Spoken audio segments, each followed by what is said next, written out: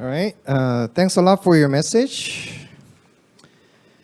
As I said, and also Professor Lee reminds, there will be two sessions in today's dialogue. The first session's theme is Prospect for Post-COVID-19 Global Orders and MIKTA. In this session, MIKTA experts will discuss impact of COVID-19 on dynamics of national interest and prospects of post-COVID-19 global orders. In the second session, we will have the theme of COVID-19 and promoting multilateralism and global health security. MIKTA experts will talk about ways to deepen our collaboration for promoting multilateralism and global health security for socio-economic recovery and global resilience. Now, let us begin the session 1 of the MIKTA Academic Dialogue in 2020. Foremost, I would like to welcome all panelists and moderator, Seok-woo Kim, professor at the University of Seoul. From now on, Professor Kim will lead the session. Please. Thank you, Professor Kim. I'm Seok-woo Kim from University of Seoul. Welcome to the first session. As we heard from the Vice Minister and the President, we are living in a new world. Wearing masks has become normal, and social distancing becomes a very popular both in word and in behavior. And the word positive has become the most negative word these days. It's a very irony. And the social distancing turns into the national distancing, dramatically reducing exchanges and interactions among the countries. Then we all are struggling to cope with the new crisis, public health and economic and social crisis. But as the title of this session implies to us, it is the right time for us to prepare for the future, how to promote multilateralism and global governance in international society in a way to promote cooperation among the MIKTA member countries as a diplomatic platform and partnership. This session is about that. This session is about the now and the future of MIKTA. And I think there will be some positive and negative assessments about the MIKTA, and I will expect some policy proposals to develop MIKTA more in the future. And I heard that I read the newspaper this morning that our president, the Korean president, Moon Jae-in, will deliver his speech at the high-level UN meeting next week as the chair country representative of MIKTA. Then I think that there are some of the proposals and the ideas and opinions of this session may be reflected in that speech. In that sense, it's a very important session. Okay, I will invite the first presenter from the Australian side, Professor Jeffrey Robertson. He is working at Yonsei University in Korea, but he is representing Australia. You have 15 minutes. Thank you. 15 minutes of mask freedom. Yeah. Great.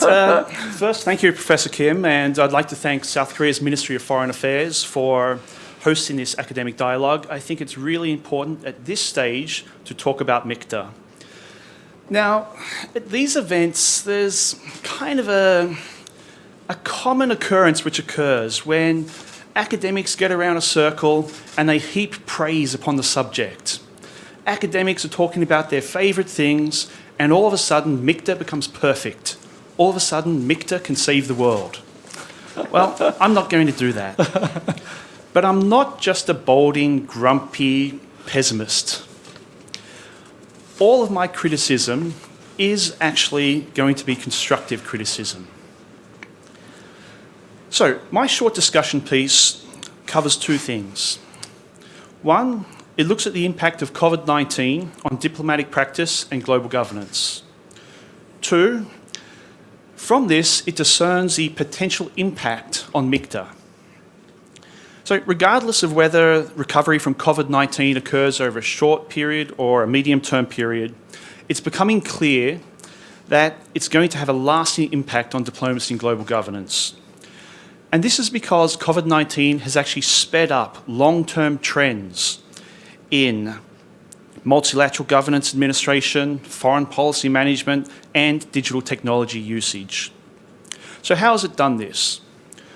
Well, COVID-19 has furthered the long-term trend of increasing executive influence over foreign policy decision-making and administration.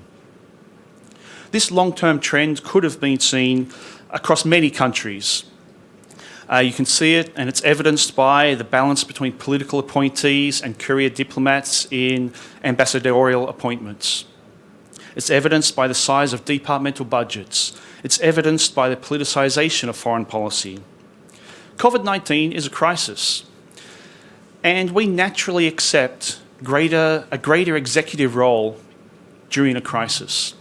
But like other crises, a lot of those powers which are passed to the executive in foreign policy administration are not going to return to the foreign ministry.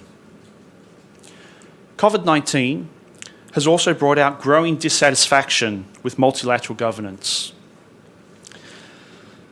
There's long been a recognition that global governance, the current system of global governance, needs reform. It doesn't fully reflect strategic realities. It's increasingly unable to achieve its aims. It's becoming much more political than practical, and it's even become bloated, inefficient, and corrupt. The classic example of this is the actions and reactions to the performance of the World Health Organization in the midst of a global pandemic. Now, COVID-19 has also forced innovation-resistant, very conservative foreign ministries to adapt to digital technologies.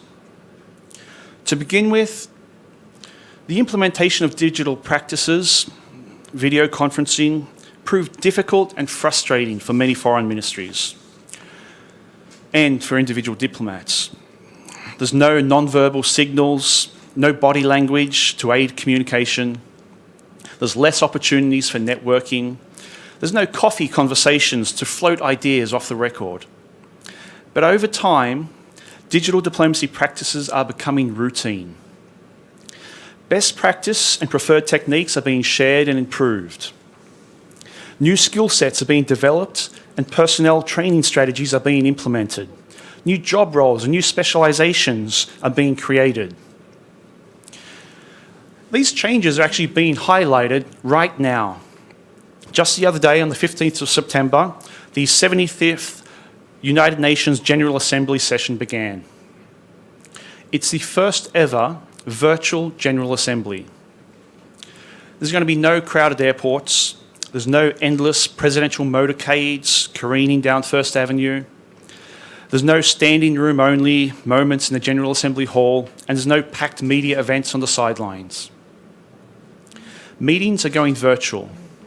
But, according to the UN website, the wheels of global diplomacy and sustainable development are still turning at the usual speed. After this event, the biggest question which will be asked is, why haven't we been doing this for the last 20 years? Think of the environmental impact alone.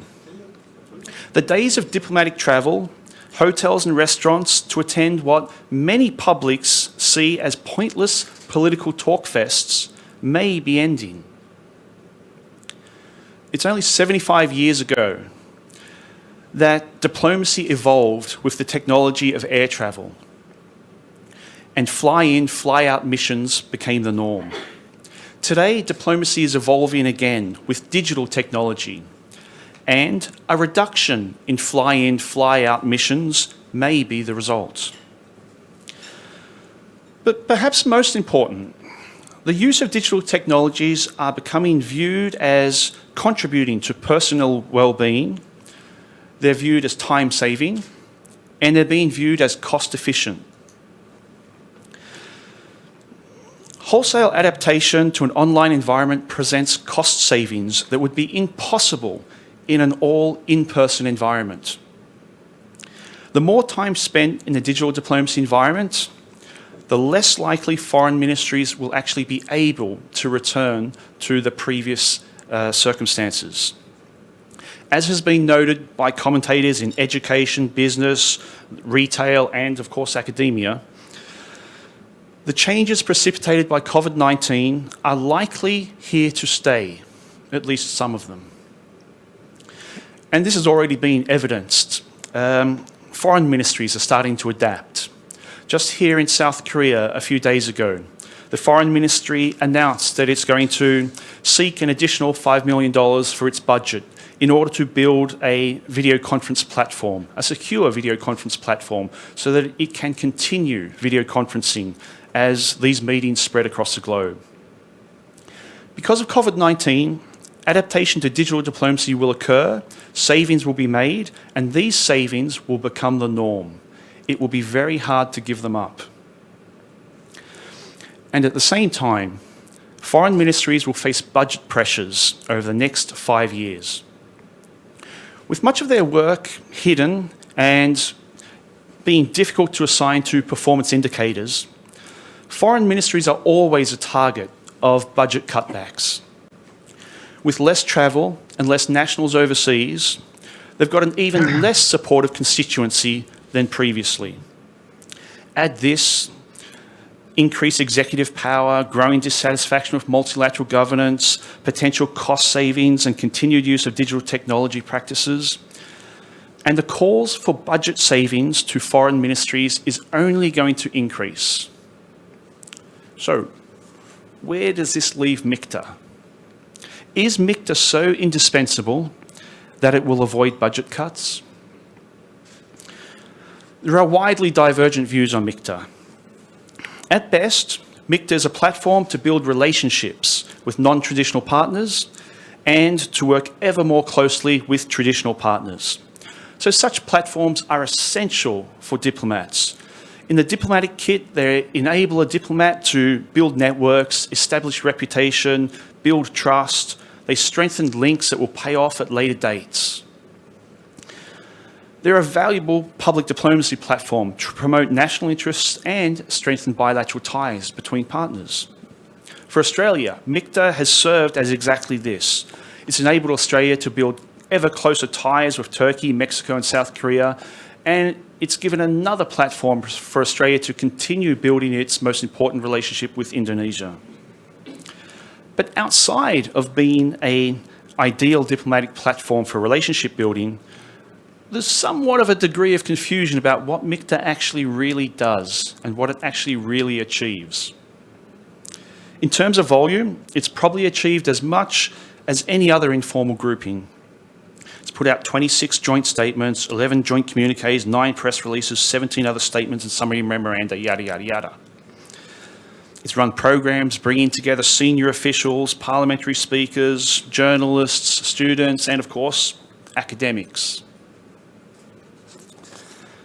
It maintains a website with adequate information and regular updates. But there's a degree of confusion because of its lack of subject specificity. Its output covers a wide array of topics, from sustainable development to terrorism, from North Korea to civil emergencies, from migration to the creative economy. The spread of subjects means that it's difficult to define MIKTA's purpose. And in public administration terms, and in public finance terms, this means it's also difficult to defend. MIKTA credits only 3 mentions in the Australian Government Department of Foreign Affairs and Trade's annual reports. 3 mentions in the last 3 years. 2 of those mentions were in the glossaries. At worst, MIKTA is a waste of time. It may have made sense 7 years ago, but the international environment has moved on. When it was established in 2013, the G20 was still viewed as the preferred body to address the global issues emerging from the 2008 global financial crisis.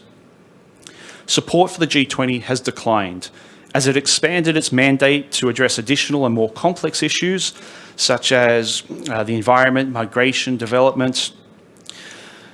Support has decreased to a degree. Both Australia and South Korea are today looking to join an expanded G7, G8. With direct participation in an expanded G7, G8, their support and interest in building a coalition within the G20 could conceivably decline. Another supposed purpose of MIKTA was to lend middle power support to the strengthening of global governance and multilateralism. And MIKTA certainly attracted a lot of middle power supporters. MIKTA's early promotion as a middle power initiative drew immediate comparisons to APEC and the KANG group. But it was somewhat different. So new forms of middle powerism were thought about. MIKTA was considered to be a new form of middle power activism. It was minilateralism or slender diplomacy, marked by informal and highly flexible coalition building within small networked forums. But with time, hopes for a middle power revival have faded. Individual MIKTA members have demonstrated varying degrees of support for the current systems of global governance, rule of law, and international norms. They take widely different stances on hegemonic power, balance, and support. Contrary to initial hopes, diversity is not strength in global governance. Arguably, hopes for a middle power revival have largely dissipated. Our understanding of middle powers in global governance and their role as mediators, facilitators, and innovators in global governance derives from another era, and that era is now well past. During periods of perceived decreased security risk, such as at the end of the Second World War or at the end of the Cold War, middle powers were able to balance major powers. During these periods, they did act as mediators, facilitators, and innovators in global governance. During periods of perceived increased security risk, such as during the Second World War or at the height of the Cold War, they bandwagoned with major powers.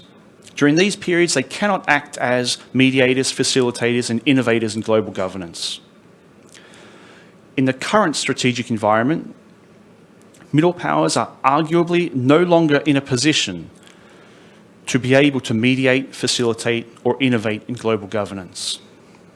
The middle power moment is over. Even with a rapid return to normality, these trends and these changes already brought out will have an ongoing impact. Post-pandemic planning for foreign ministries has a potential to bring transformational change to diplomacy and global governance. So, COVID-19 has a potential to directly impact MIKTA. The increased executive role in foreign policy could reduce support for medium-term relationship building platforms such as MIKTA. Popular dissatisfaction with global governance could mean less support for less clearly accountable platforms such as MIKTA. The environmental, financial, and personal cost of summitry and its effective replacement with digital technology, again, could reduce support for MIKTA. Tighter foreign ministry budgets could place added pressure on less accountable platforms, such as MIKTA. And the decreasing capacity and willingness of middle powers to act could make MIKTA seem less relevant. But it's important to note, middle power initiatives rarely disappear suddenly. Rather, they slowly wither away. Wither away in neglect. In the wake of COVID-19, rather than being overly optimistic and discussing how MIKTA will solve the problems of the pandemic and global governance, it may be time to think about how it will actually survive. It may be time to think about MIKTA, how MIKTA can evolve to adapt in a new environment before it starts to wither away. Thank you. Thank you, Professor Robertson. Actually, he explained that the COVID-19 has changed diplomacy, global governance, and MIKTA in many aspects. And in the field, academic field of international relations, there is the competition between realism and idealism.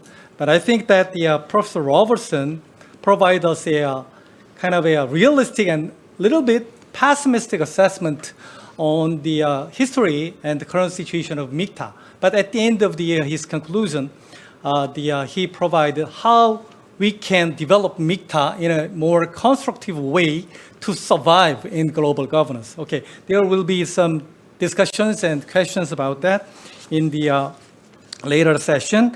And I will invite the second speaker from the Mexico, Professor Jorge Schiavon from CIDE. Are you with us? Yes. Okay. I'm ready to start. Okay. You have 15 minutes. Go ahead. Yeah. Thank you so much. I sincerely want to thank the Korean Ministry of Foreign Affairs for organizing this MIKTA academic dialogue. And I would also like to thank Dr. Kim for his kind presentation.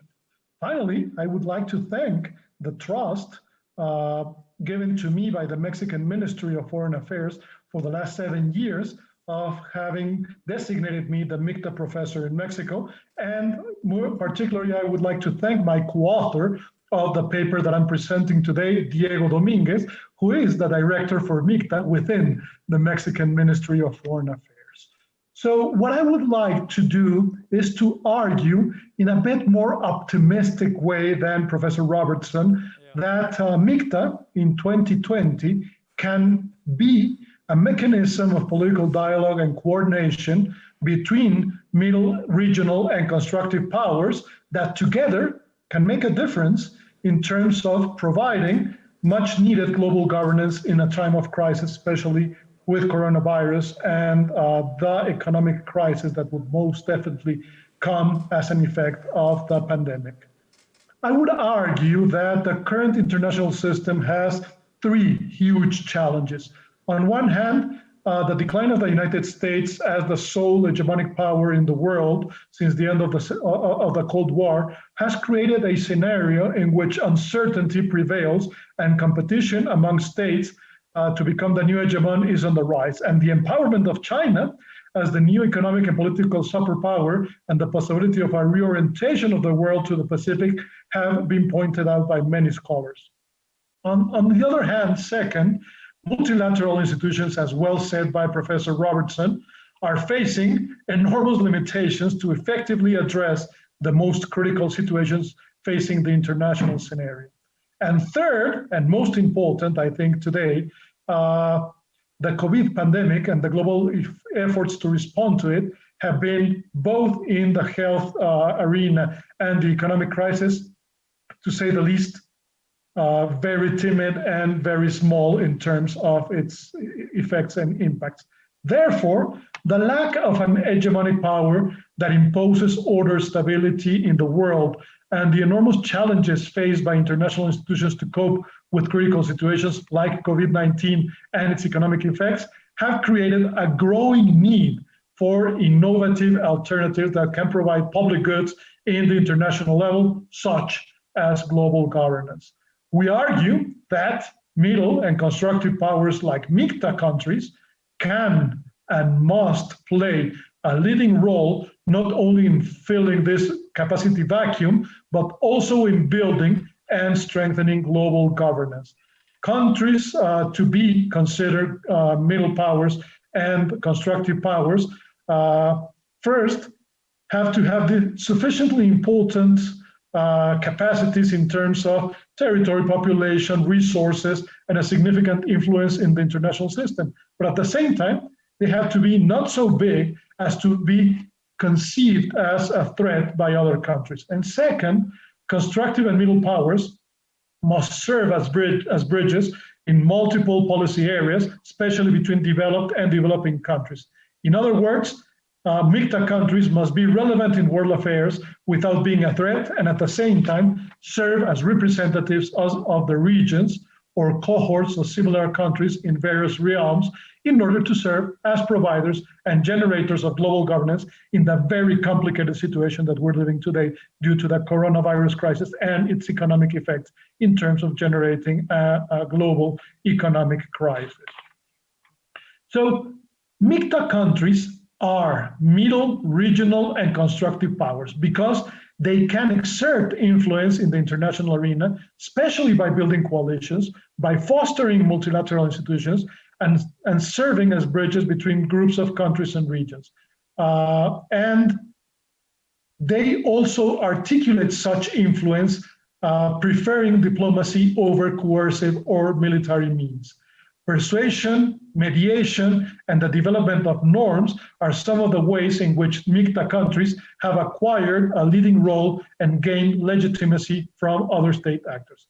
And second, MIKTA countries firmly believe in institutional frameworks to solve disputes and reach consensus on the different areas in the international arena, exactly generating global governance in these very, very complicated times.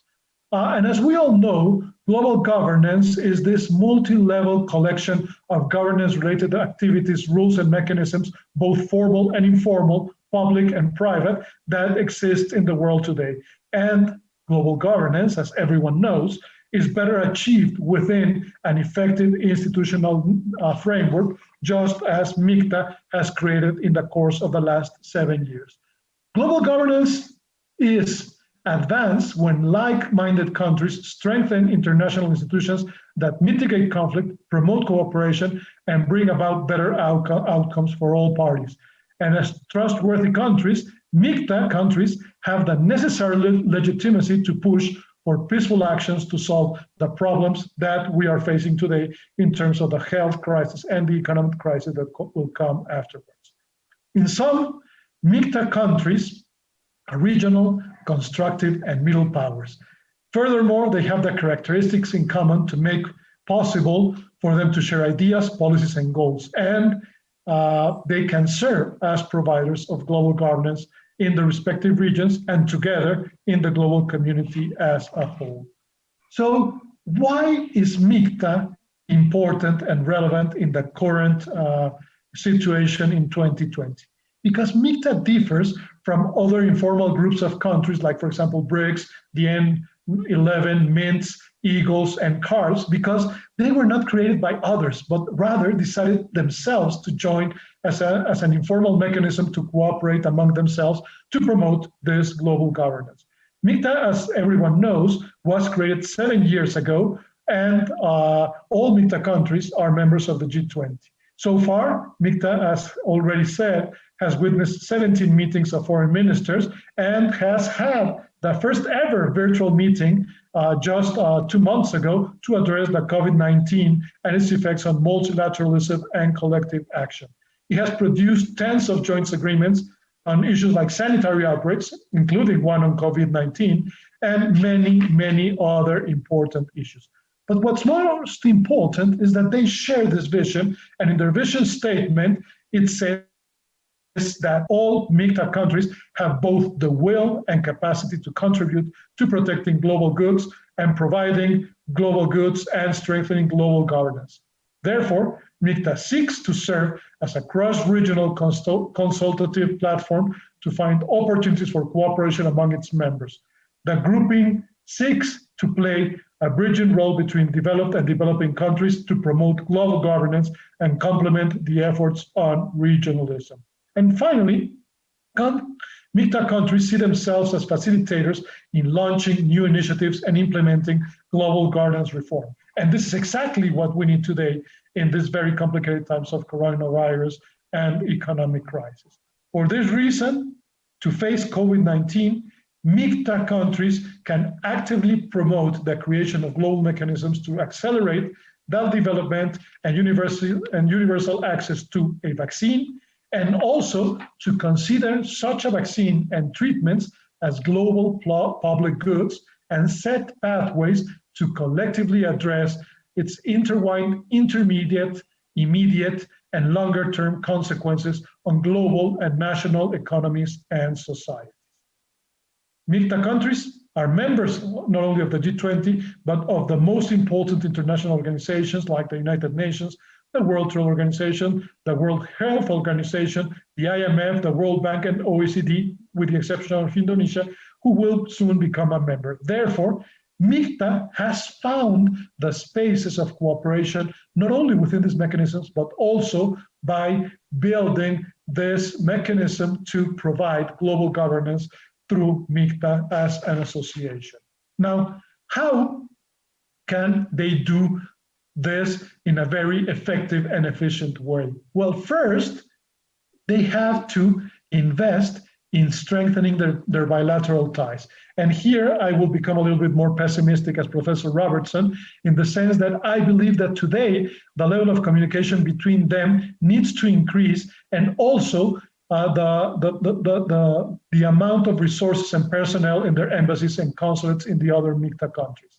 Then, through extensive consultation, potential issues of shared interest have started to arise, like economic and trade cooperation, promoting open and global economies, upholding and contributing to strengthening rule-based multilateral trading system and the WTO reform, and most important, working together in terms of attending the COVID and the economic crisis that will come afterward.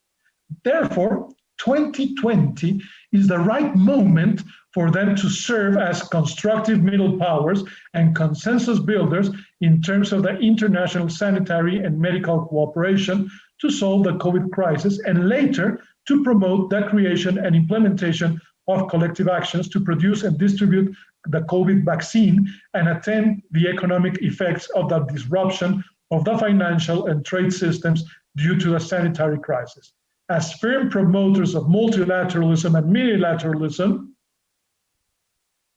they have the necessary credibility, capacity to support and coordinate efforts to address this very urgent need of international cooperation today.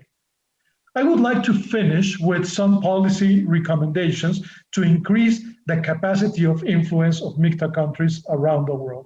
First, it is necessary to strengthen the capacities of the ministers of foreign affairs of each of the MIKTA countries so they can conduct effective public diplomacy individually and as a group. Also, the countries have to invest in increasing human, financial, and material resources at their embassies and consulates at other MIKTA countries, but also within their permanent representations in international organizations like the UN, the World Bank, the IMF, the World Health Organization, the WTO, and the OECD, among others. Second, MIKTA societies need to know and understand each other better. It is true that the number of non-state actors such as business people, civil society, scholars, and students lack the necessary knowledge and information to fully engage in joint projects with their MIKTA counterparts. Therefore, if MIKTA aims to become a broad network that involves more than public officials and diplomats, some steps need to be taken to bring together all these other relevant social actors. MIKTA needs to consolidate also its academic exchange network for graduate and postgraduate students by offering scholarships, promoting academic programs in key fields, and creating opportunities for joint research projects and language training among the 5 members. Also, trade and investment is an area where MIKTA countries can devote resources to achieve their goals. Entrepreneurs and investors from these 5 countries need to explore the MIKTA markets more deeply and search for business opportunities and joint projects that will bring about economic and social benefits for everyone, especially with the economic crisis that will come after COVID-19. This has already started with a roundtable discussion, MIKTA doing business, trade, and investment opportunities, which was just held 6 months ago in Mexico. And another group that needs to participate more actively in MIKTA is civil society. All 5 countries have vibrant civil society organizations and NGOs that deal with current pressing issues of domestic and international agendas, among them COVID and economic. Therefore, they should work together and meet in forums like the Civil 20 within G20, but as MIKTA members to understand each other better. And finally, the current COVID-19 crisis must serve as a catalyst for all 5 MIKTA members to present a joint position as constructive powers to facilitate global governance and cooperation during the sanitary crisis, the development and distribution of the COVID-19 vaccine and its acknowledgement as a global public good, and finally, updating the financial and trade international systems to provide coordinated solutions of the economic effects of the pandemic to build back the international financial and trade systems. In sum, MIKTA countries are and can serve as middle, regional, and constructive powers. If they join their efforts to consolidate and support all relevant state and non-state actors in their countries, the mechanism will gradually consolidate itself domestically and internationally, allowing MIKTA to become an even more relevant actor to promote and generate public goods in the international system, especially global governance in a time of sanitary and economic crisis, the one that we are living today in 2020. MIKTA is the political dialogue and cooperation mechanism which is ripe to serve its function as facilitator and provider of global governance in these very complex sanitary and economic crisis times that we are living today. Thank you so much. Thank you very much, Professor Jorge. He provides us a more idealistic and more positive assessment on MIKTA. So far, we heard the two presentations and the two contrasting views on MIKTA. Then I think that the very important question is that is it really meaningful to pursue more cooperation among the MIKTA countries in the future? In what ways? Under what conditions? Or otherwise, we can focus on more the great power policies and diplomacies in the middle of the competition between the United States and China. Which way to go? Which way to adopt from the each country's the viewpoint, or collectively as a MIKTA, as a informal diplomatic institution? Then I think that I expect the very interesting discussions and the questions from our three panelists. I will invite the first panelist from the representing the Korean side, Professor Kang Seonjou from the Institute of Foreign Affairs and the National Security. You have 10 minutes. Go ahead. Yeah, she's with me actually here. Thank you, Mr. Chairman. It is my pleasure to participate in MIKTA Academic Dialogue. MIKTA is a dear subject for me because I've been involved with MIKTA from its inception. MIKTA is now 7 years old and has entered its second phase of operation, where the 5 member states rotate to lead the group for a second time. I couldn't agree with all of you today is an opportune time to review and think critically about MIKTA. In this session, I think we hear the word in a positive, negative, pessimistic, optimistic, already enough. But in this session, we are given 2 assessments of MIKTA, which are in stark contrast. Professor Schiavon presents the potential of MIKTA on a positive note. On the other hand, Professor Robertson next to me is rather pessimistic about MIKTA and warns us about what lies ahead of MIKTA. In my opinion, both assessments are correct. MIKTA has both potentials, positive and negative. In other words, MIKTA is at a crossroad to be or not to be. I sound like in a Hamlet, don't I? Okay. MIKTA was formed in 2013 as a G20 offshoot. Mexico, Indonesia, Korea, Turkey, and Australia agreed to take their medium-sized resources and direct them toward the ambitious goals, such as strengthening multilateralism, supporting global efforts for stability and prosperity, and facilitating pragmatic and creative solutions to global challenges. When the 5 countries decide to come together under the rubric of MIKTA with a common goal, they could do so because the global environment opened space for them to shape international relations to a certain degree.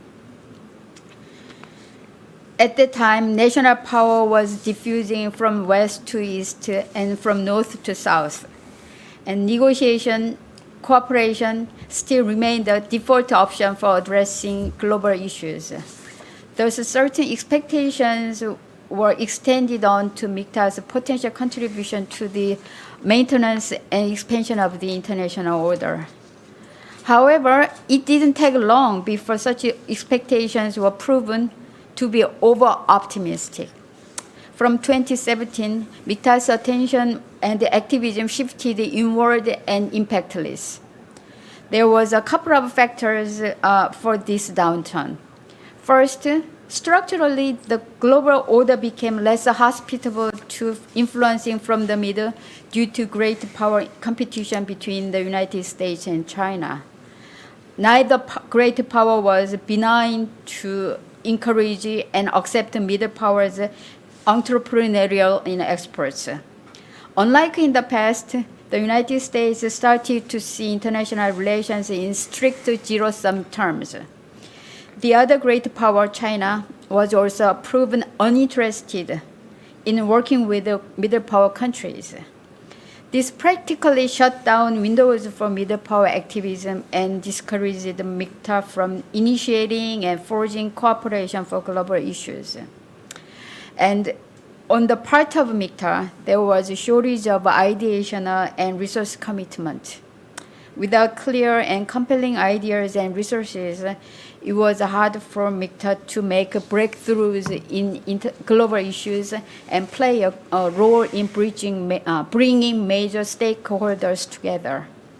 Now, all of a sudden, the COVID-19 pandemic descended upon us.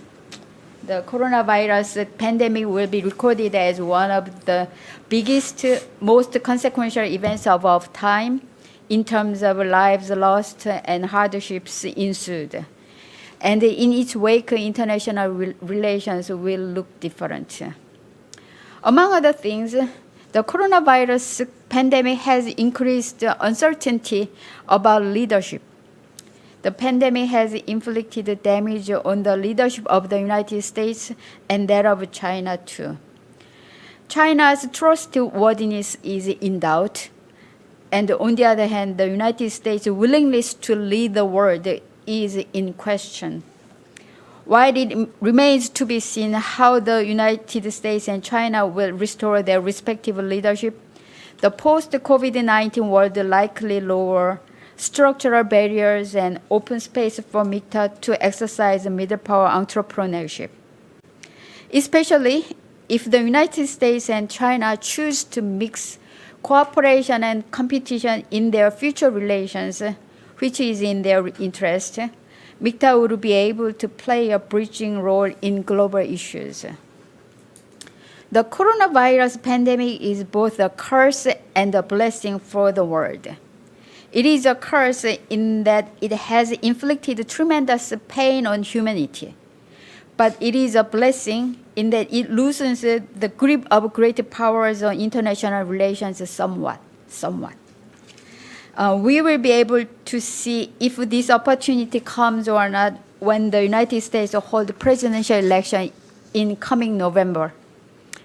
The result of the United States presidential election might delegitimize some of the zero-sum thinking that proliferated during Trump's time in office and reset the system of international relations. If the United States and China ever need to reach out to MIKTA for partnership in the post-COVID-19 era, it is more likely to be the United States that do so first than China, because the United States has a vested interest in preserving the existing international order. United States might be interested in mending the existing international order a little bit, but it is good, generally good for the entire world, I guess. Having said that, I have to confess that my assessment has one caveat, though. While an opportunity for MIKTA looms on the horizon in the post-COVID-19 era, it will depend on MIKTA's own readiness to utilize such an opportunity. An array of preparations should be executed on the part of MIKTA to harness the opportunities engendered by the coronavirus pandemic. MIKTA's preparations for the post-COVID-19 international relations involve three things. First, Mexico, Indonesia, Korea, Turkey, and Australia need to renew their commitment to MIKTA as a group. The 5 countries then need to invest resources in establishing an organizational platform for their actions. This may mean to select 1 or 2 multilateral institutions and anchor MIKTA actions there. Lastly, MIKTA needs to set a strategy for international socialization for a sustained period of time, which targets rhetoric and resources that help convert key actors and spread new constructive ideas and solutions to global issues.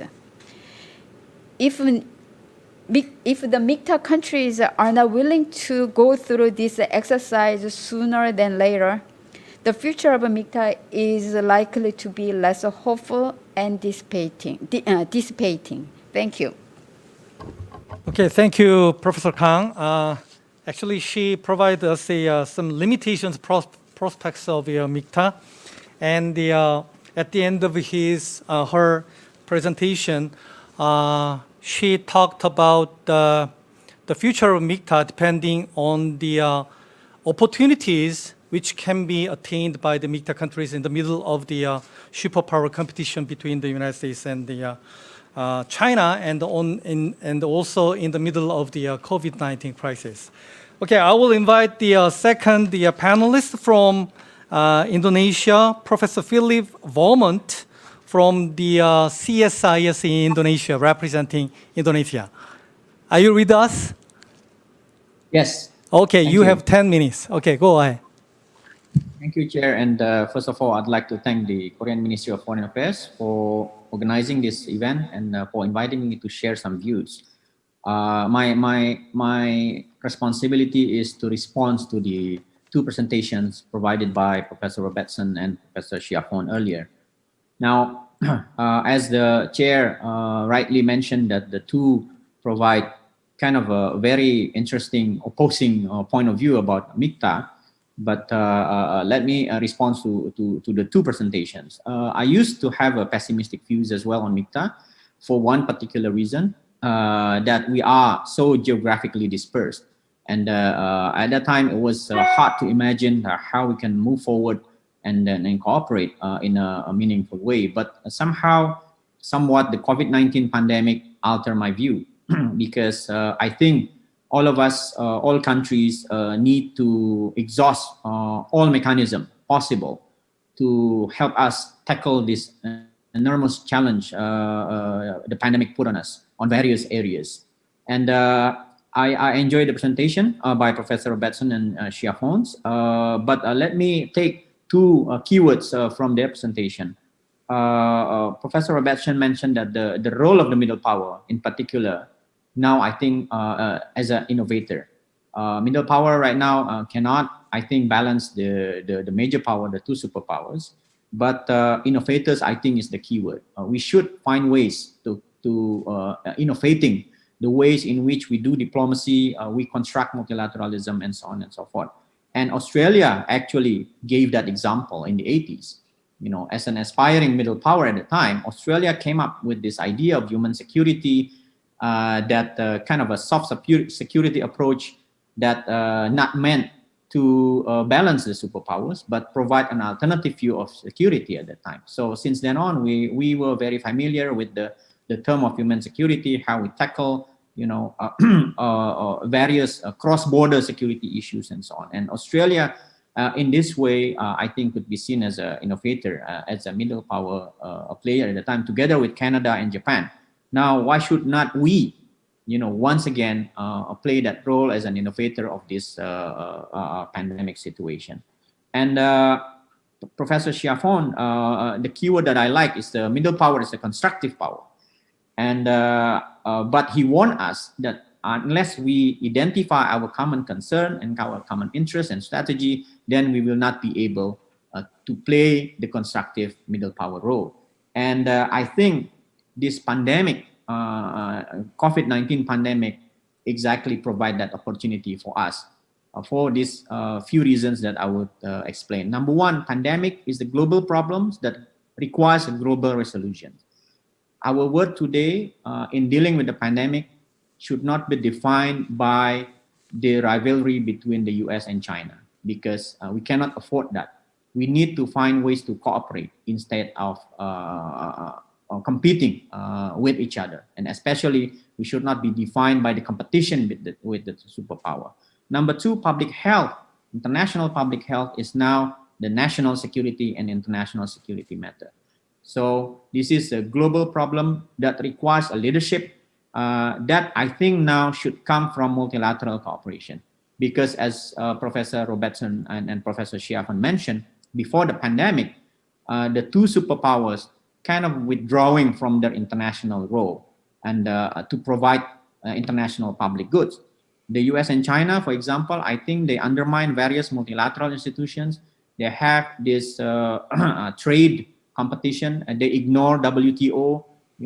That's why it's clearly undermining the multilateral institution that the international community has been trying to build in the past few decades. And also the US withdrawal from the Paris Agreement and from various UN agencies and so on and so forth.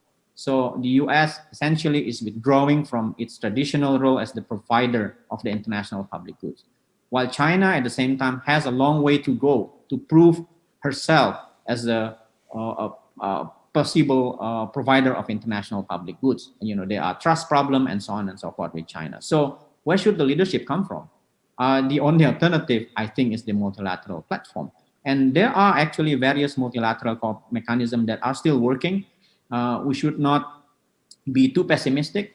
And then the G20 that has been mentioned by various earlier speakers is one example. And it provides example as well that we middle power and major power can still cooperate.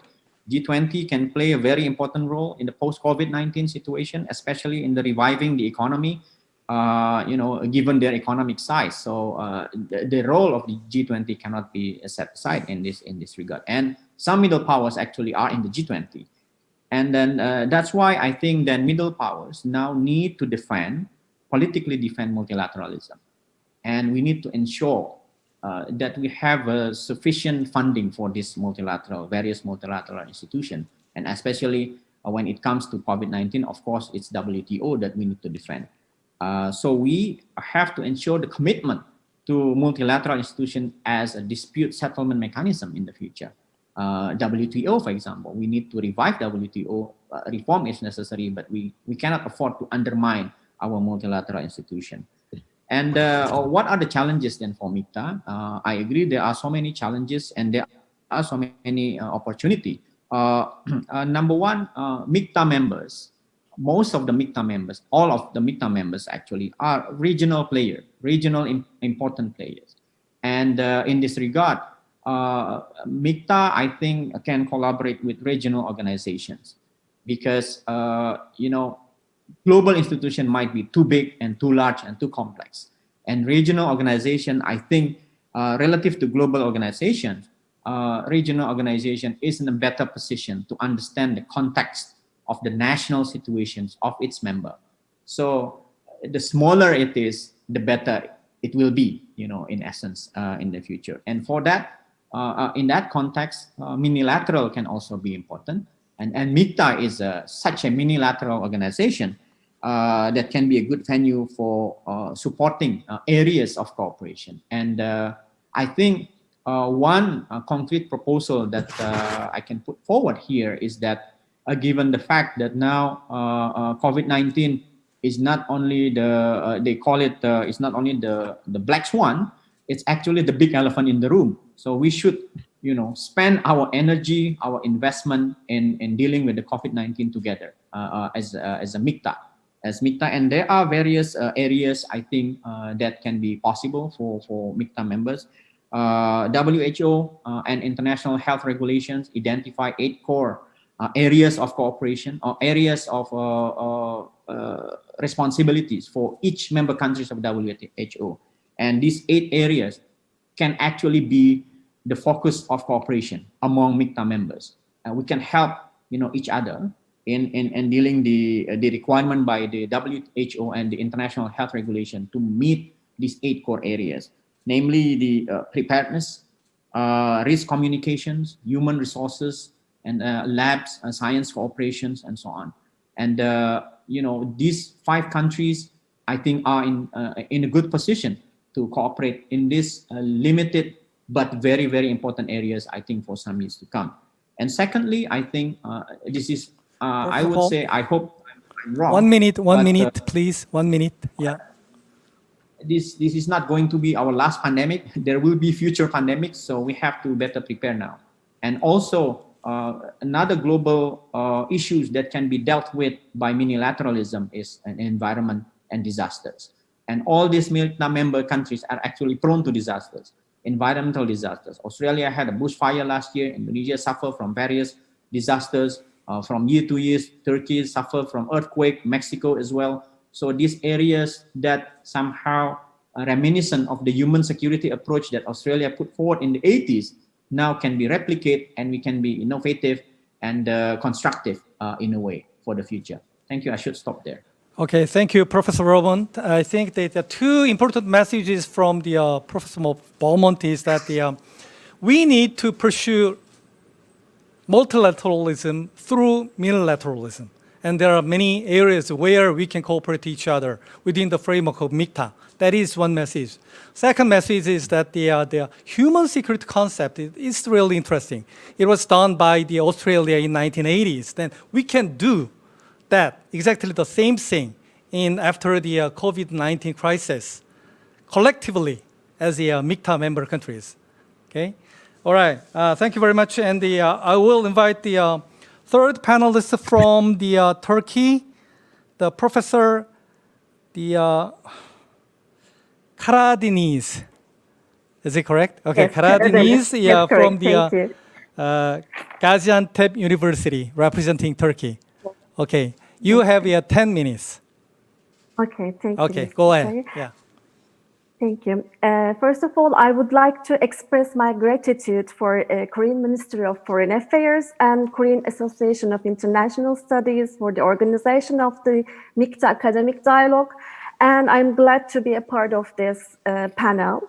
I want to make an argument, and also by making an assessment of the discussions that have been pointed out throughout this panel. Just as we all said, the COVID pandemic present both challenges and threats and risks for MIKTA, and also opportunities for strengthening its presence in global governance and restore its legitimacy both in the eyes of its members and in the international community. And I am on the side of the ones who think that this pandemic presents more opportunities more than risks for MIKTA's presence. First of all, rather than losing its relevance for changing in international environment, I think MIKTA, with the advantage of its flexibility as an informal institution, has the potential to become an example of middle power diplomacy in the post-COVID era.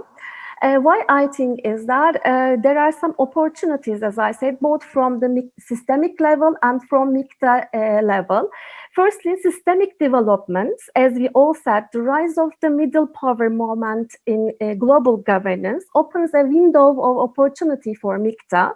As we all said, the uncertainty and anxiety in the current order has been accelerated by the emergence of the pandemic, and the response of the superpowers like China and US have disappointed the international community. Therefore, this makes multilateralism become in a risk of, just not providing public good for the community. Therefore, this opens another new chapter for middle power moment, seen in the beginning of 2010s, just in the establishing of emergence of MIKTA. And in the prevailing uncertainty, informal institutions are providing necessary tools for states to cope with the challenges in a more flexible way. And I think this opens a space for MIKTA to act. As we all said, I mean, the previous panelist has also pointed that the health governance may be the niche area, which MIKTA can push its energy more into making its presence. As Robertson says, Mr. Robertson said in the beginning, its lack of specificity in the MIKTA as an organization, maybe health governance will become an important niche area for MIKTA to be much more present. And secondly, as we all witnessed throughout the pandemic management, South Korea and Australia was successful middle powers in their performances, and this may increase their efforts, may increase the energy within MIKTA members, and this makes take MIKTA effective roles in humanitarian response, vaccine development, and acting as a bridge between in coordinating vaccine between developed and developing world. And related to this, I think the last, as a result of June elections of United Nations, we have seen Mexico, Turkey, and Indonesia have taken very important roles in the United Nations. And for instance, Turkey's candidate became the presidency of the General Assembly. Mexico was chosen as a non-permanent member of the UN Security Council. Indonesia and Mexico were both chosen as the member of Economic and Social Council of the United Nations. And these roles increased individual capacities and as well as strengthen their collective effort in empowering MIKTA's presence in their common niche areas. And also we see the willingness on the part of MIKTA members during the pandemic that they wanted to survive MIKTA, to make MIKTA push ahead. Because we see that without US and China binary, without analyzing from this perspective, they coordinated their aid program. As we will see maybe in the second panel, the discussions, they have made aid coordination and they have aid cooperation in terms of humanitarian assistance. And because this is why this is important, because both are close allies of United States, but in terms of trade, they depends on China. That's why without their leading, they try to coordinate their efforts. Therefore, this is an important opportunity for us to think that MIKTA will have a future. However, as all said, there is risks in the waiting for MIKTA. The biggest risk is deteriorating economic situations in member countries, low growth rates and high unemployment. And as we all know that in informal institutions, sustainability depends on the commitment and interest of its participating governments. The governments should commit themselves to its endurance. And to conclude, as Richard Falk underlines that, the most important question for the future of global governance is that how the feeling that we are all in this together feeling during the pandemic will be kept in other global issues. And multilateralism is the best option to rebuild stronger world. And this opens middle powers new space in the aftermath of the 2008 crisis. And the last point I wanted to say that performance is the path for legitimacy. And now I think it is time for MIKTA to seize the moment. Thank you very much. Thank you very much from the Turkey. For ambassadors and the vice deputy ambassadors are waiting for us to deliver their own remarks. Please turn on your video, the ambassadors and the deputy ambassadors. Ambassador Hardy, Umar Hadi, Ambassador, Indonesian Ambassador Umar Hadi, do you hear me? Yes. Okay, why don't you turn on your video? I think the host should allow us to do that first. 먼저 여기서 틀어줘야 된다는데. Please, yeah. Please turn on the video, Mr. Professor, the Ambassador Hardy. Okay. Thank you, Professor Kim. Okay, And, okay. You have 5 minutes. Short message, please. Okay, welcome. No, it's very short. Just to thank you and to congratulate the Ministry of Foreign Affairs for this initiative. I think it's a very good idea to reflect on the future of MIKTA. But to me, what is important is, we need first to work for survival. We need to survive. Second, we need to recover. But then also we need to have a propulsion. We need to make efforts so that the post-pandemic world, global governance especially, will be better.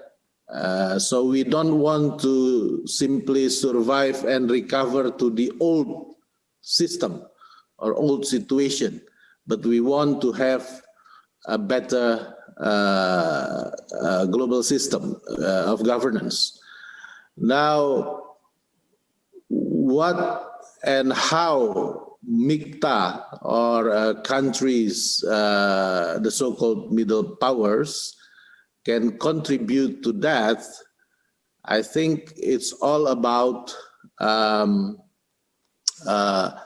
keep on charging with ideas, opinions, and it will take a lot of diplomatic work, and it should start now. Therefore, I think it is very important that we keep this kind of conversation alive. Thank you very much, Professor Kim, and thank you very much to all the academics taking part in this dialogue. Thank you. Okay, thank you, Ambassador. Next, I will invite the Deputy Chief of Mission from the Australian Embassy in Korea, Mr. Ian Mccovel. Hello. Ian Mccovel. Right. Yes, we're just trying to get on video at the moment. Here we go. There we go.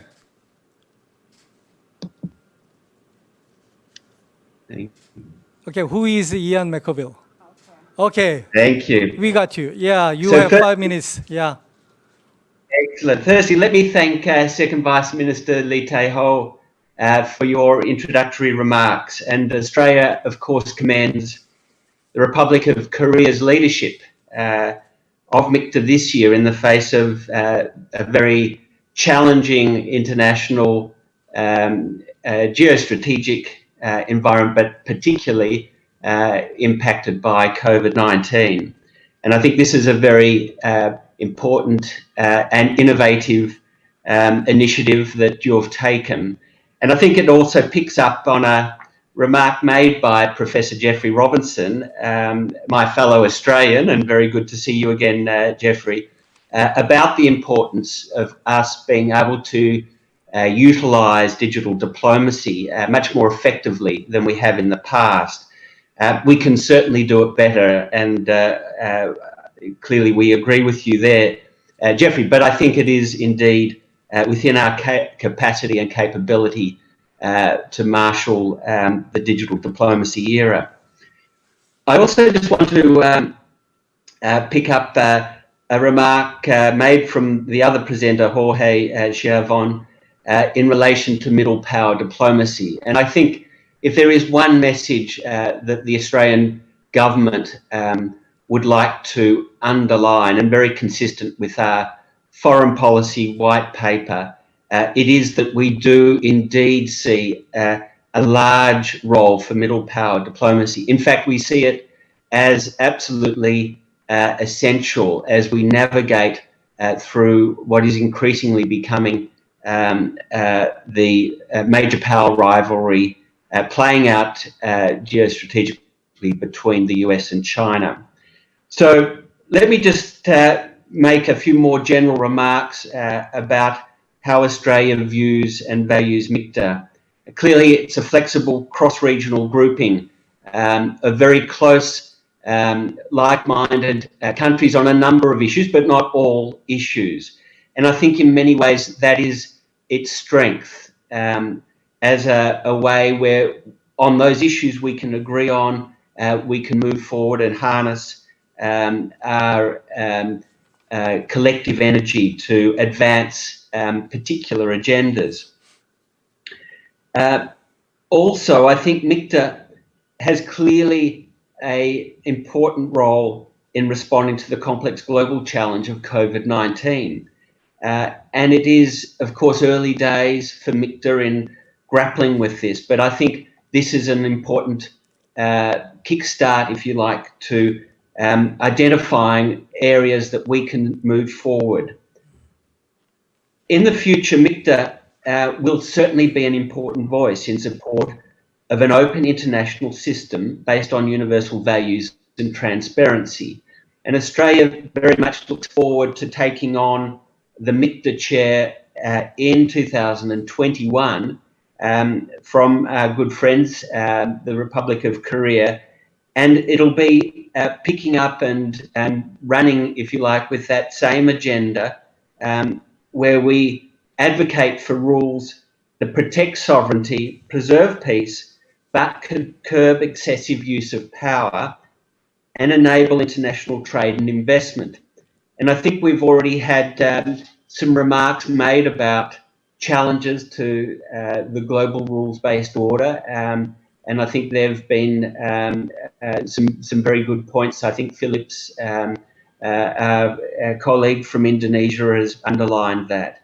And I think this is a role that I think MIKTA needs to start leading on and ensuring that those countries who are not necessarily the largest and the biggest and with the loudest voice can work collectively to push forward with, if you like, advancing the common global good. So they are just a few remarks from us. Once again, I would like to thank very much our Korean colleagues for initiating this very important and useful dialogue, and also our appreciation for all the presenters. And I do wish you all the best for a very productive day of discussion. Thank you. Thank you, Ian. Next, I will invite the Wemer Kelly-Cole, the Deputy Chief of Mission, Embassy of the Republic of Turkey in Korea. Are you with us? Yes, I don't know if you can hear me. Okay, you have a few minutes to deliver your remarks. Thank you very much, first of all, for organizing this very valuable online event. Really appreciate all the input here. And allow me to make a few short comments, remarks about Turkey's position on MIKTA. We believe that MIKTA serves as a successful cooperation and coordination platform among our countries. Its flexibility underpins its effective and practical cooperation modalities. And we as MIKTA countries are influential regional players and work to assume a pivotal and constructive role in our respective regions as well as international organizations. We account for a combined population of over 540 million people, a gross domestic product of almost $6 trillion US, and more than a $1.5 trillion share of the global trade. Our foreign ministries and diplomatic missions are in active collaboration in organizing many different events and activities aimed at increasing MIKTA's visibility in different countries and international platforms. MIKTA cooperation on sustainable development is progressing well. We should also focus on our cooperation on innovation and digital transformation. We support a rules-based, free, open, transparent, and inclusive multilateral trading system, which is crucial for global growth and our economies. The World Trade Organization's important role in protecting free and fair trade must be strengthened. We also support Korean chairmanship's priorities, and they are also important to us. First of all, multilateralism constitutes the basis of the international institutions, which we rely upon to facilitate the cooperation opportunities and dealing with the risks and challenges on a regional and global scale. Sustainable development and SDGs are a national priority for Turkey too. Peace and security are also at the heart of our solidarity in MIKTA, as well as being a matter of national importance to Turkey.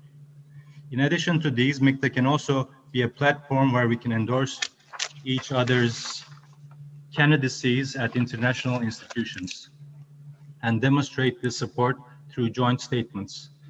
This would strengthen our solidarity and contribute to the visibility of MIKTA. We can also initiate joint projects and events on issues of mutual concern, such as natural disaster management and migration in collaboration with relevant international organizations. Furthermore, MIKTA policy planning consultations as well as meetings of the heads of development agencies should continue online during the pandemic restrictions. It is also crucial to develop new ways of working to cope with the challenges posed by the pandemic. The uninterrupted flow of international trade as well as logistics and transportation should continue to be one of our top priorities. The ongoing pandemic has clearly demonstrated that global health crises they require common solutions. This is why we intend to work more closely with MIKTA countries in the health sector, from biotechnology to immunology to vaccine production, which would also require the involvement maybe of our universities as well as our science and tech institutes. To conclude, we are also committed to expanding our cooperation through MIKTA in economic, political, and socio-cultural domains. Turkey supports the idea of taking MIKTA to the leaders level and the MIKTA 2.0 initiative, which these will increase MIKTA's international visibility and influence. We can also work on organizing online summit that would discuss issues related to the pandemic. Thank you. Thank you, Mayor. Finally, I want to invite the Mr. Raul Mendoza Gallo from the Embassy of Mexico. Thank you very much for waiting for a long time. Okay. Go ahead. Thank you. Thank you very much, Professor Kim Seok-woo. My name is Vladimir Vasquez, Deputy Chief of Mission of the Mexican Embassy. On behalf of Ambassador Bruno Figueroa of Mexico, I would like to express my appreciation for MOFA for hosting this academic dialogue, a truly trademark of the mechanism where scholars share fresh visions and ideas emerge about where to go from the standing point. The world was different in February 2020 when in Mexico City, the MIKTA coordination was handed over to Vice Minister Iteho. Ever since, a global pandemic hit MIKTA countries badly. But Korea reacted quickly and started sharing experience tackling COVID. The way Korea does is regarded as exemplary, and its cooperation is very welcomed. Other countries, including Mexico, are still learning and watching Korea's steps carefully. A new world order is emerging in the post-COVID-19 era, not following a world war, a clash of civilization, or climate change hitting our planet beyond control. It is a complex virus, a nanometric combination of genetic material that is proving hard to defeat. Amid challenging circumstances, MIKTA countries continues to be responsible global actors convinced of the irreplaceable value of diplomacy and have long-standing multilateral traditions. Proof of that is that it is worth recalling that in Mexico, in April, Mexico introduced in the United Nations a resolution entitled International Cooperation to Ensure Global Access to Medicines, Vaccines, and Medical Equipment to face COVID-19, which was adopted smoothly. The time has come for dialogue to contribute to the consensus building process necessary to address the most pressing and current challenges. Also, the time has come for middle powers to highlight significant presence in the international scenario and to identify innovative strategies to face global challenges. In December 2019, during a MIKTA closing activity in Seoul, Ambassador Bruno Figueroa noted that the world faced at that time a complex international scenario in which balances are shifting, challenges are diversifying, and opportunities are emerging. Its comments turned prophetic. Everything continues to be true, but scale, sadly scale, as coronavirus showed difficult to handle. To navigate these turbulent waters, we are committed to make the process. We are enthusiastic of the process, of the dialogue, and we look forward to strengthening our role as MIKTA middle powers.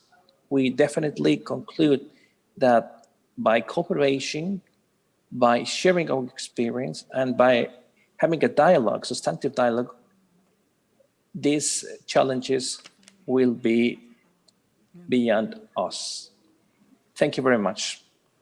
Okay, thank you, Raul. Thank you all the ambassadors and deputy ambassadors from 4 countries for your time and the remarks. And please turn off your video and audio from now on. And we will go to the discussion session. And Professor Kim, do you want to say something? Okay. All right. So far, we discussed the limitations and prospects of MIKTA. And we heard the positive and the negative aspects of MIKTA. And we all know that the reality is different from the desirability, right? And even though there are some policy suggestions to develop MIKTA in the future, but all of us know that there are limitations. And we need to think about the important factors affecting the future of MIKTA. For example, we can think about the systemic factor, as you mentioned, the competition between the United States and China, and the role of the MIKTA in the middle of the competition. Or there can be some domestic factors of each country, from Australian side, from Indonesian side, from Turkish side, from Mexican side, from Korean side, right? And also we discussed the COVID-19 related economic and social crisis and the impacts of this crisis on the future of the MIKTA. And I think we can consider the leadership factor, the leadership of the member countries and their commitment, their interest in pursuing MIKTA's development in the future. Then there are lots of factors connected each other to affect the future of MIKTA. Then we can discuss those kind of factors. And I think that because Professor Robertson provided us a little bit negative aspect assessment of the MIKTA, I think that you have a lot of things to say to us after hearing the discussions. Okay? Okay, I will give you some time. Okay. Wow, I didn't think I was negative at all. Okay, yeah, obviously, my presentation pointed out some of the challenges which MIKTA is going to face. But I don't think we can actually ignore these challenges.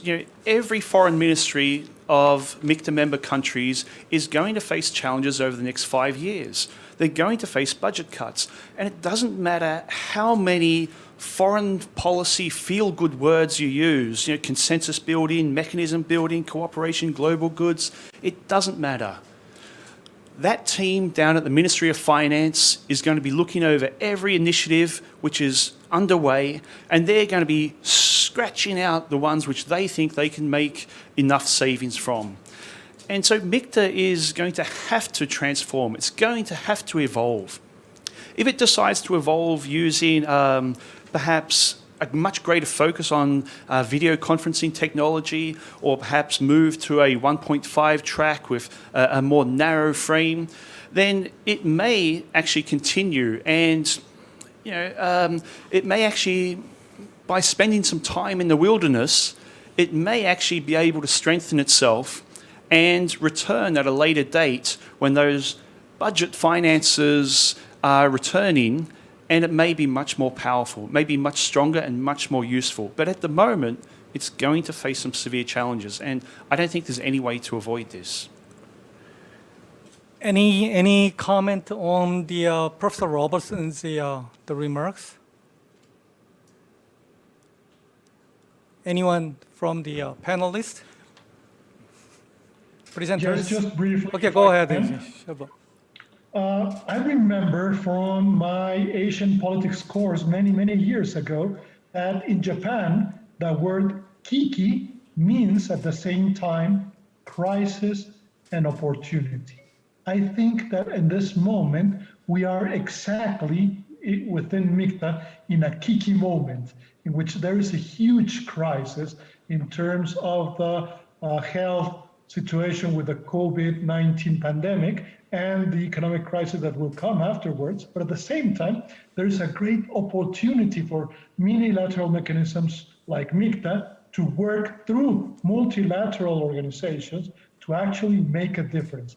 Constructive powers need to fill in the void, the gap, which is being left by a receding US and a not yet ready China to take care of managing world affairs. Therefore, it is the moment for constructive middle powers to provide that governance. Therefore, Kiki, crisis means opportunity. Okay, good point. Another point? Yes, if I may. Do you want to? Yeah. Yeah, crisis and opportunity. I like that as well. But I think MIKTA is in a position where we can't just use all these catchphrases and we can't just use all these feel-good ideas. It's going to face some real challenges over the next 5 years because it basically hasn't achieved enough. And all middle power initiatives need to actually achieve something to be sustained. They need to actually build up their momentum over a period of time so that they can be sustained and they can catch that funding which is available. And I don't think this period of time when we're in is actually able to, there's no space for middle powers to act as we imagine them to act. Things such as human security was brought up. Human security, incredibly important, and middle powers were very active on it during the 1990s. But the 1990s is a million miles away from today. The 1990s was a period when there was one major power, and that major power was willing to engage with the globe and willing to allow middle powers to have their space to play more active roles. I can't imagine seeing middle powers being able to do anything like that today. The middle power moment has changed. Middle powers are going to have to transform in the way they behave. They're going to find it more difficult to pursue active diplomacy.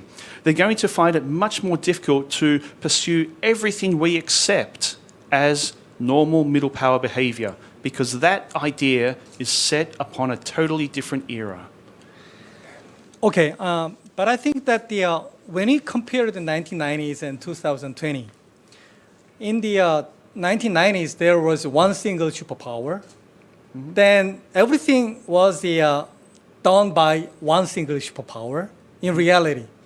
Mm-hmm. But you are arguing that at the time, during that period, the role of the middle powers was more important. But think about the current situation. There are two superpowers competing each other, then I think that in a sense there are more rooms for middle powers to act more positively. You don't think so? No, not at all. Okay. I think in a situation where you have two major powers competing against each other, middle powers ultimately will have to decide upon which side they want to follow. A middle power which rests in between the two major powers only ends up being split between the two. It ends up with internal divisions. Middle powers will ultimately have to choose which side they want to follow, and they will have to actually support what side they believe has the best interests of global governance at hand.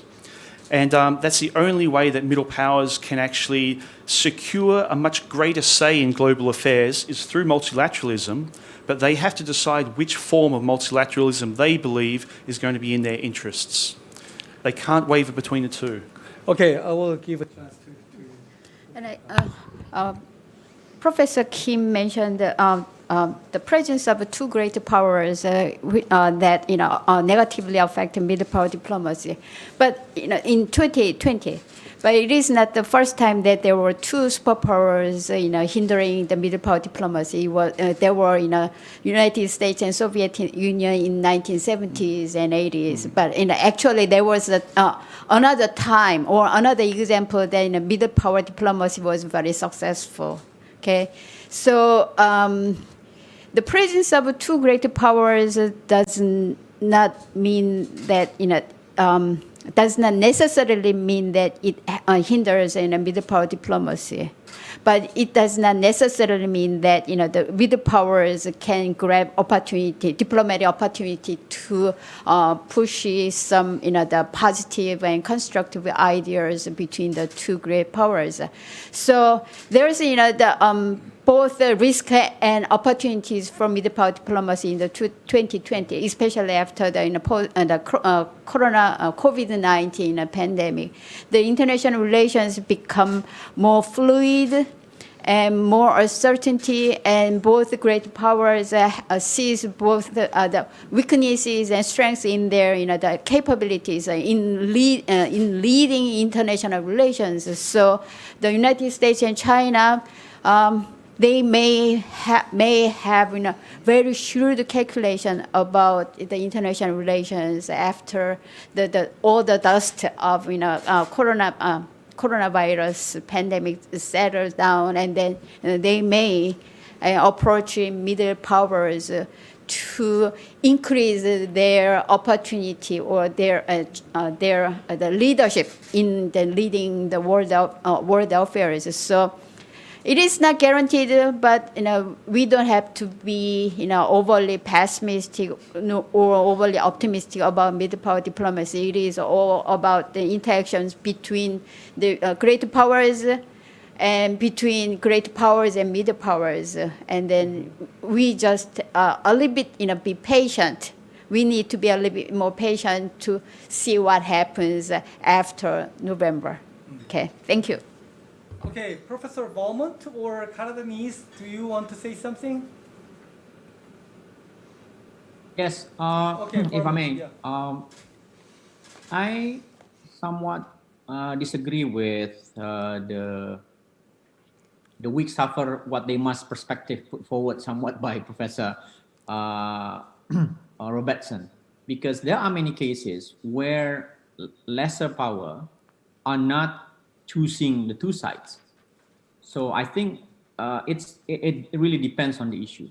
Looking at it from Jakarta, from Indonesia, being a non-aligned movement country for so many years, and ASEAN has been in his more than 50 years existence, try to avoid and somewhat successfully to avoid interference from major powers and so on and so forth. So there are actually cases where we should not always be forced to choose between the two sides, because of course there are so many other variables that we need to look at. As far as the pandemic, COVID-19 pandemic is concerned, we are not fond of what the US has been doing in tackling the COVID-19 problem. for example, that the US undermines the WHO and so on and so forth. And at the same time, we are probably not really fond of what China has been doing as well in tackling the problem of COVID-19. And so there are, I think, more nuances right now. I agree. It's totally different from 1990s. But at the same time, there are nuances, and these lesser power are catching up in terms of the economy and so on and so forth.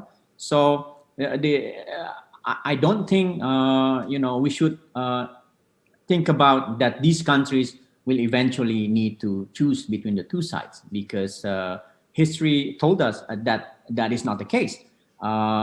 Since the US against the Soviet Union, there are countries that can play independent roles and so on and so forth. Okay, Professor, hold on. Hara Denise, do you want to say something before we give a chance to the Robertson? Yeah. Go ahead. Okay. Thank you. I also agree with the other panelists that we should wait for some time to see whether multilateralism will be pushed by the middle power diplomacy again, especially in terms of US withdrawal from World Health Organization. The political vacuum left after the US will be filled by the middle powers. And we will see that, for example, in the aid coordination in the Pacific region, or we see in terms of Turkey, coordination of aid in Middle East and Europe in region. Therefore, there is some room, and especially we will see that in the Alliance for Multilateralism, for instance, initiated by Germany and France, and middle powers are increasing their voices, and not to be sketched between the US and China geopolitical competition, or just the political competition. Therefore, we should be more optimistic, I think, in waiting for the time to come to the middle power diplomacy again in global governance. Thank you. Okay, I think that we have an experience of living in a bipolar world, as Professor Kang told us.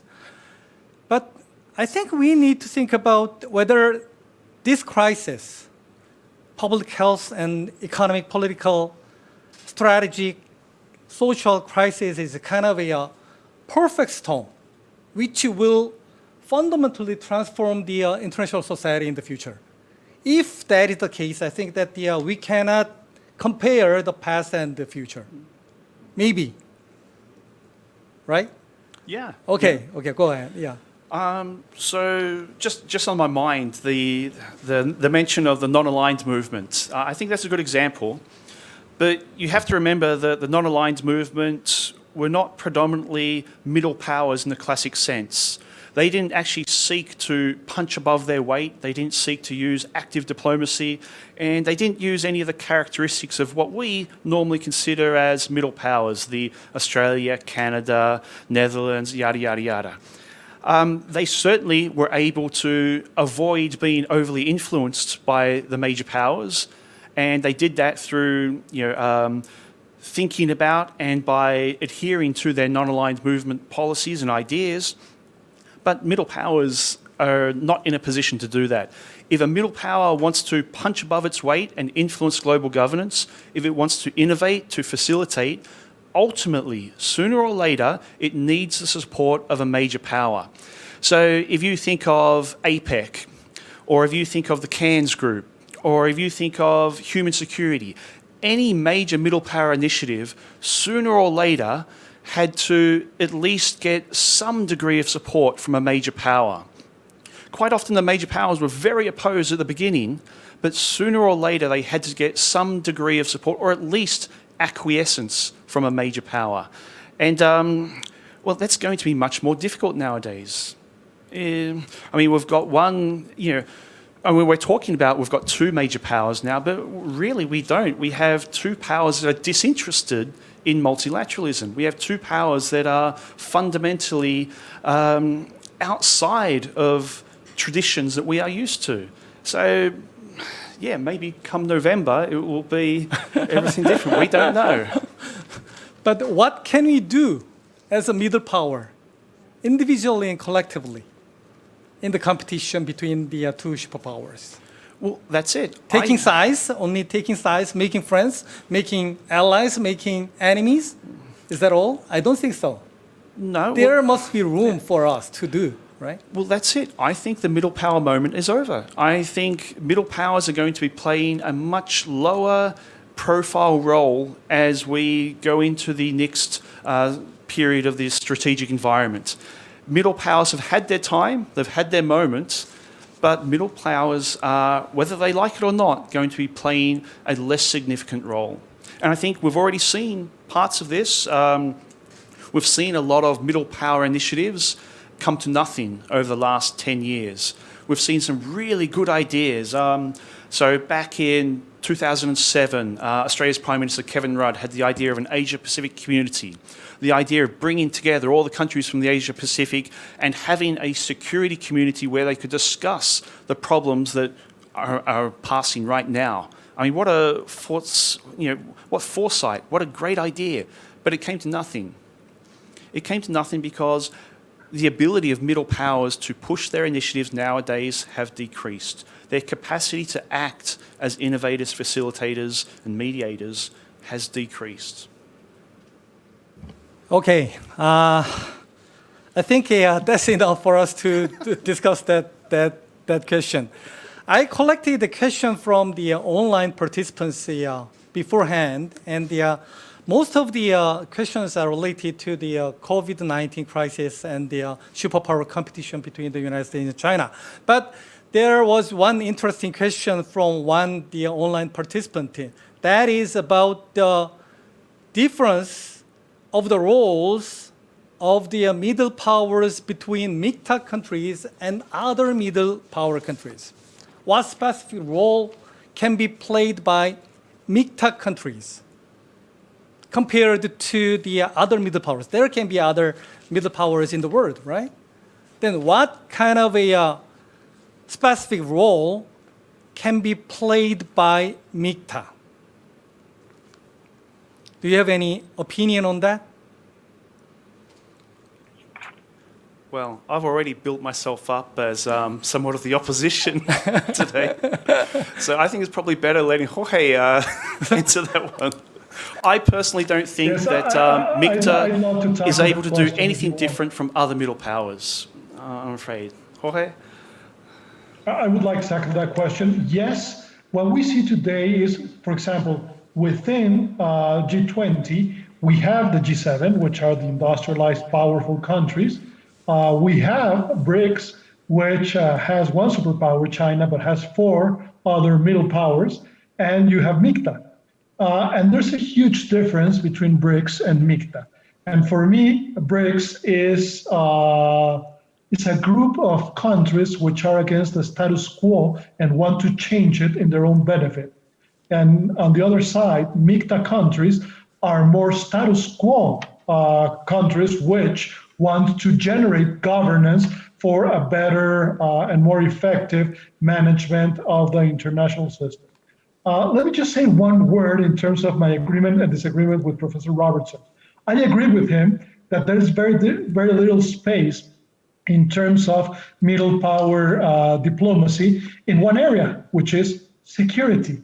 However, I completely disagree with him in the sense that there is no space in other areas, especially in the low politics areas, for middle power diplomacy, specifically in terms of reconstructing the trade and investment systems after the COVID crisis, and more specifically in health issues. Health issues are not that important for superpowers, so middle powers don't have to choose. They actually can serve as agents of governance generation, specifically in the case of COVID. And the best example for this is the vaccine. If MIKTA countries or other middle powers or other constructive powers actually work together to make sure that the vaccine is a public good, which is readily available at a good price for everyone who needs it, that's something which is needed for the whole world because COVID, you get it whether you are from a rich country, a poor country, a middle power, a great power, a non-power, et cetera, et cetera. So there is a space in the low politic issues for great diplomacy from middle powers. I agree with him. In security issues, it's more difficult, but not in practically every other issue. Okay, thank you very much. I will give 1 minute to Professor Kang. Yeah. I'm not criticizing Professor Schiavon, but I don't think BRICS is a middle power. But I agree with him on that. BRICS is a revisionist power, but I disagree with him on that. MIKTA is a status quo power either. So MIKTA is kind of improving power, because the MIKTA, all the 5 countries got benefited from the current liberal international order, but the liberal international order, led by the United States, is not perfect.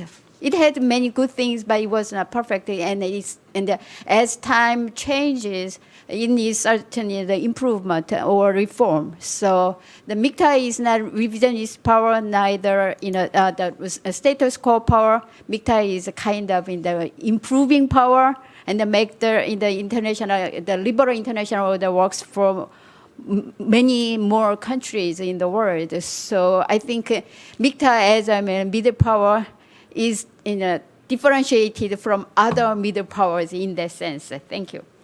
Okay, as is always the case in other conferences and seminars, we have limited time. Then I think we have to stop here.